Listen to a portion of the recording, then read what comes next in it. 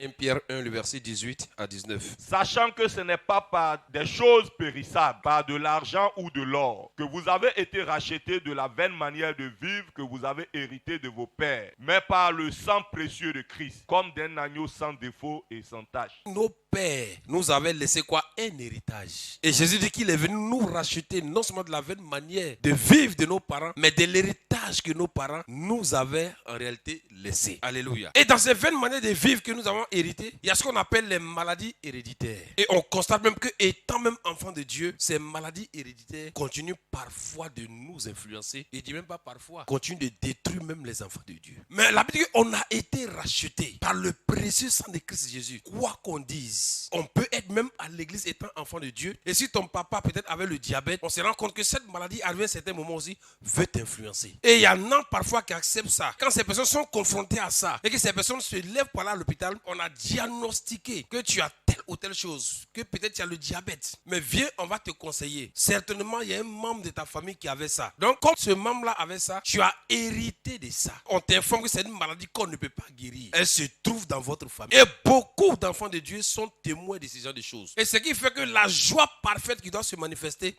elle n'est plus là. Dis-moi, j'ai été délivré. Il faut qu'on arrête cette chaîne-là. Mais je peux avoir cette vérité avec moi et puis être détruit par mon ignorance. Mon héritage est en Christ. Donc le bagage qui te suit là, qui veut s'imposer à toi, tu as le pouvoir ce matin de dire à cause de ce que, de façon légale, Christ m'a racheté au prix de son sang. Je peux dire que ce bagage-là n'est plus pour moi. L'héritage de la colère qui était dans la famille, tu as hérité de ça. Et cet esprit de colère-là est encore en toi. Donc tu vas te débarrasser. Parce que cette colère-là va t'amener à rater ta destinée. Il faut dire je refuse. Ou Christ m'a transporté dans son royaume où je n'ai pas déménagé. Mais maintenant s'il a donné la caution de ta maison et que toi tu veux prendre ton temps pour vivre encore dans cette maison dans laquelle tu es. Pourtant il a construit une maison pour toi dans un autre quartier. Toi tu dis bon comme je suis habitué aux voisins, la maison qui m'était déjà payée, il y a tout dedans, il y a tout dedans.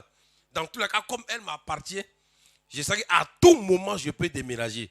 Dis à ton voisin, pardon, laisse le voisinage. Il faut déménager aujourd'hui. Allons dans cette maison. Il a dit, quittez la maison de vos parents. C'est qu'il avait déjà une maison pour nous. Ta responsabilité, c'est de dire, Père, tu m'as dit de quitter la maison que tu as prévue pour moi là. Donne-moi de rentrer dans cette maison. Et puis parfois même tu peux déménager. Et puis il y en a qui disent je laisse mes affaires après je vais venir prendre. Dis à celui qui a côté pardon. Les affaires ont trop duré là-bas. Comment faire pour savoir que tu as laissé des choses à la maison de ton père? Quand tu dors et puis tu te retrouves toujours à la maison là-bas là. C'est que Dieu te dit il y a quelque chose qui est là-bas. Qui fait que tu es encore lié là-bas. Tu as quitté Azopé. Tu es venu habiter à Abidjan. Et puis toujours tu dors, tu te trouves à Azopé. Et ce qui me fait mal souvent, tu t'en vas et puis tu prépares même. On ne fait pas attention à toutes ces choses. Sinon Dieu nous parle tantôt d'une façon, tantôt d'une autre. Il dit, mais vous ne prenez pas garde. Parfois même, il y en a même. Comme l'héritage de la famille, c'est l'adoration des eaux. Lui, il dort chaque fois, il se voit dans l'eau. Ça ne lui dit rien. C'est la nuit en âge. On se plaint, je ne sais pas comment prier pour telle situation. Pourtant, il me donne toujours les informations spirituelles. C'est à moi de les regrouper et d'en faire de ces informations des sujets de prière.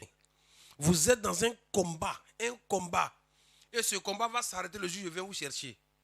Ça veut dire que je vous ai donné toutes les armes. Je vous ai donné l'assurance possible. Je vous ai donné la victoire en Christ. Mais je ne viendrai plus combattre pour vous. Le combat est déjà mené. C'est vous qui devez prendre vos responsabilités et régler les choses qui doivent être réglées. Mais vous passez votre temps à critiquer, à dire des choses qui n'ont même pas de sens. Et vous laissez les choses prioritaires de côté. Il dit réveillez-vous parce que vous êtes dans un combat. Et au fur et à mesure que vous allez vers la fin des temps, le combat deviendra rude. Il y en a parfois même qui disent non, dans la famille, nous, on dit les gens ne réussissent pas. Et toi, tu rentres dans ce mensonge, tu rentres dans ce groupe. Mais tu vas réussir comment? Si les chrétiens que nous sommes, on avait la foi de Satan. Tout ce qu'on va demander à Dieu, c'est en une seconde, on va recevoir. Parce que lui croit de tout son cœur que toi, il ne va pas te louper. C'est nous, on a la foi parfois pendant une semaine. Si tu as eu la foi pendant une semaine, il faut qu'on intercède pour toi. Parce que là, c'est au moins peut-être 7 mois. La foi là va disparaître. Jésus nous a montré l'exemple. Bon, comme on nous a fait croire que Satan a 2 cornes, Satan a 4 cornes. On a grandi avec ça. Ce qui fait qu'on a une image du diable. Non, le diable, c'est quelqu'un qui est vilain. Il est noir, il a une tête comme si. Jésus dit, calmez-vous. Jusqu'à mes ont pris pour faire des films. Et on a tellement regardé les films qu'on s'est dit que Satan, c'est comme ça il est. Jésus dit, je vais vous présenter Satan. Satan, là, il y a une seule chose. Il est le père du mensonge. Et il n'y a aucune vérité en lui. On dit, le gars, il ment. Il n'y a aucune vérité en lui. Il faut te tenir debout. Toi, tu crois en cette parole. On dit, le diable, c'est un menteur. Mais s'il ment, ses collaborateurs sont quoi? Ou bien, ses officiers sont quoi? Ces généraux sont quoi? Ces soldats sont quoi? Ça veut dire si je crois en cela, quand je suis là, que je dors, que je vois un de ces agents qu'on appelle quoi? Sorcier. Il vient, il se transforme, je ne sais pas en quoi. S'il se transforme en bœuf, ce bœuf-là, il est normal. Est-ce qu'il existe? C'est un mirage. Tout ce qui sort de lui, c'est mensonge. Tu sais pourquoi ça devient vérité? Simplement parce que toi, tu crois en ça. Sinon, si tu ne crois pas en ça, c'est jamais la vérité. Voilà où il arrive à gagner les enfants de Dieu. Jésus dit, Pierre, viens. Tu marches, tu es en train de venir. Tu entends un bruit de vent qui est à gauche. Mais celui qui t'a dit de venir, il est arrêté où? Il était sur un bateau. Il était sur un pont. Bon, le gars qui est arrêté sur l'eau te dit, viens. Et puis Satan te présente, les vagues sont quittées où? Mais lui, il a arrêté, c'est quoi? Donc c'est quelqu'un qui doit s'enfoncer, qui doit s'enfoncer. Et toi, tu dis quoi? Que ça, c'est des vagues. Moi, il sait que ce n'est pas des vraies vagues. Mais comme il a cru en ça, paf, ça a touché sur ses pensées. Et ses pensées ont dit non, que ça existe. Sinon, le gars là, il ment. Jésus dit, regardez-moi. Pourquoi? Parce que c'est que le diable va nous présenter des choses qui ne sont pas réelles. Il dit, pour vous sécuriser, comme vous n'allez pas croire que ces choses ne sont pas réelles, fixez le regard sur moi. Regardez moi et moi seul. Mettez votre regard sur moi. Que votre vision soit sur moi. Que vos pensées soient sur moi. Que vos paroles soient sur moi. Que vos discussions soient sur moi. Que vos causeries soient sur moi. Mais si vous focalisez toutes ces choses en moi, est-ce que vous aurez le temps de regarder ce que le roi va te présenter? Il dit, je suis la guérison. Je t'ai délivré de la vaine manière de vie de tes parents. Toi, regarde-moi et crois en cela. Tu tousses un peu. Quand je touche mon sein là, je vois une boule. J'ai l'impression que c'est une boule. Vraiment, j'ai peur. Est-ce qu'il s'est passé? Il dit, mais bon, avoir peur là. Écoute, le diable, il est subtil. Hein? Ne vous y trompez pas. Jésus nous a prévenus. Il dit, le gars là, pourquoi il est dangereux? Il n'a plus d'armes pour vous combattre. Ça, il n'y a rien. C'est vrai que je vous ai dit que Jésus dit qu'il a désarmé. C'est vrai ou c'est pas vrai? Mais quand tu désarmes une armée, est-ce qu'elle a des kalachnikovs encore? Elle a des pistolets encore? Mais si le diable était désarmé, c'est que tous ses lieutenants étaient désarmés. Donc d'où vient où tu crois que la flèche que le gars t'a envoyée, elle existe? Il n'a plus d'amant de ses mains. Jésus dit, il a pas en cachette, parce que c'est un menteur. Jésus dit, le type là, il ment. Si je l'ai désarmé en cachette, il dira que c'est faux.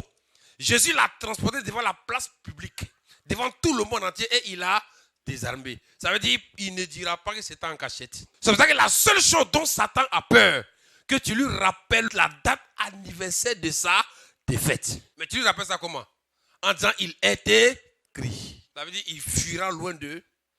Donc Jésus dit, comme il n'a plus d'armes, la seule chose qu'il va utiliser, c'est des ruses. Te faire croire que lui, il existe. Non, Jésus, je t'ai délivré de la vaine manière de vivre de tes parents. Et puis tu rentres dans ton foyer avec ça. Et puis subitement un jour, tu sens un petit coup quelque part. C'est comme ces choses-là sont en train de te piper. Si tu ne traites pas ça dès maintenant, ces choses-là vont commencer à grandir. En réalité, la Bible dit que le diable est sous nos pieds. Ça veut dire chaque matin quand je me réveille, il essaie de se lever. Donc je fais quoi? Je le maintiens. Mais s'il se lève que je n'ai pas réagi, il dit, Olivier, tu as mal au côté. Tu dis, ah, on dirait c'est vrai. Bon, ça a passé. Il dit, Olivier, ça monte un peu quelque part. Ça vient à la poitrine. Ton papa là, il avait ça. Tu ne réagis pas. Ça veut dire qu'il commence à grandir un peu. Il envoie encore des symptômes. Si tu ne réagis pas, il grandit un peu. Et arrivé à ton niveau, c'est lui-même qui a te donné un coup de tête. Quand il se lève, maintiens-le. Il veut bouger, maintiens-le. Que les symptômes soient là ou pas, Jésus a dit qu'il a déjà fait. Moi, je crois en ça. Point. Il dit, j'ai libéré, j'ai délivré, je t'ai racheté de la vaine manière de vivre. C'est-à-dire la pauvreté chronique qui influençait ta famille, tu as été libéré de ça. Parce que j'ai payé le prix. J'étais riche, mais je me suis fait pauvre. Afin que de par ma pauvreté, que tu ne sois plus influencé par cela, mais que toi, tu sois enrichi. Et comme tu as des difficultés aujourd'hui, tu dis, ah, c'est vraiment, dans tous les cas, moi-même, dans ma famille, vraiment, on a ce problème-là. Satan dit, je l'ai eu. C'est ce qu'il a fait avec Ève. Dieu a-t-il réellement dit? Elle dit, ah, André, c'est vrai. Hein? Il dit, ça, c'est une proie que je peux déstabiliser. Elle dit, oui, c'est vrai. Dieu n'a pas vraiment dit. Dans tous les cas, je n'étais pas là. Qu'est-ce qui s'est passé? Conséquence. Jésus dit, il peut rôder autour de vous parce que c'est son ministère. Il rôdera. Mais il dit, résistez-lui avec quoi? Une foi. Ma foi s'appelle Christ. Et Christ, c'est ça, parole. Donc en résistant avec une foi ferme, ça ne veut pas dire je résiste, c'est insensé. Mais on résiste avec la parole de Dieu. Tu as mal au côté, tu dis non, il est écrit que par ses maîtres sûrs, j'ai été déjà guéri. Ton compte bancaire est vide, tu dis c'est pas un problème. Il est écrit que des riches qu'il était, il s'est fait pauvre afin que de par sa pauvreté, moi je sois encore enrichi. Les dettes arrivent, tu dis non, ça peut arriver dans tous les cas. Il dit le malheur peut atteindre souvent le juste. Mais lui, l'Éternel, il en délivrera quoi? Toujours. Je suis atteint aujourd'hui. Alors ta responsabilité, c'est de me délivrer. Je suis couché aujourd'hui. Ta responsabilité, c'est de me relever. Je suis courbé aujourd'hui. Ta responsabilité, c'est de quoi? C'est de me redresser. Dis-lui ce qu'il a fait et lui fera ce qu'il a fait. Dis-lui ce qu'il doit faire et il fera ce qu'il a fait. Le diable veut nous faire croire qu'il y a le chaos autour de nous. Il veut nous amener à croire que Christ est faux. Mais Christ n'est pas faux. Christ, c'est la vérité. J'ai mal au dos. Je crois que je marche. La seule chose que le diable attend de toi et de moi, c'est que nous puissions dire une parole qui va contredire ce que Dieu a dit. Et c'est cette parole qu'il va prendre, qu'il va utiliser, qu'il va façonner, qu'il va fabriquer. Et il va disperser cette parole comme des flèches autour de toi. C'est ce qui est sorti de ta bouche qu'il utilisera contre toi. Sinon, il n'a aucun argument contre toi. Jésus dit, je promets, et je prends le ciel pour témoin. Il est venu et il n'a rien trouvé de lui en moi. Parce que Christ nous a affranchis. Mais c'est ta parole qu'il prendra. C'est ton doute qu'il prendra. C'est tes pensées qu'il prendra. C'est ta déclaration qu'il prendra. C'est-à-dire que même si tu ne crois pas en Dieu, au moins ferme ta bouche. Ferme ta bouche. Ça te fait mal. Ça veut sortir. Toi, pas sorti aujourd'hui. Ça n'a qu'à te piquer. Comment? Pas sorti. Tu ne sortiras pas. Tu veux faire. C'est pas grave. Il te pique pour que tu dises quelque chose. Il te pique pour que tu proclames quelque chose. Il te pique pour que tu dises que ça ne va pas. Et il dira, papa Dieu, c'est pas moi qui ai dit, c'est lui qui a dit. Donc laisse-moi l'aider à accomplir son ça ne va pas. David, il était malade.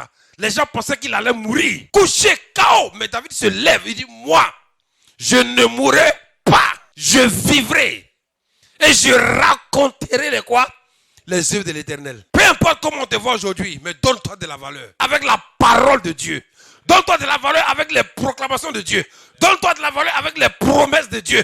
Donne-toi de la valeur. Quand on ressuscite, on ne ressuscite plus avec la maladie. Mais on ressuscite en nouveauté de vie. Avançons tranquillement. La vie chrétienne n'est pas compliquée, mais c'est parce que c'est nous, on veut la compliquer. Disons simplement ce que Christ a dit. Faisons ce que Christ a fait. On doit dire le langage de Dieu. On doit dire le langage de la parole de Dieu.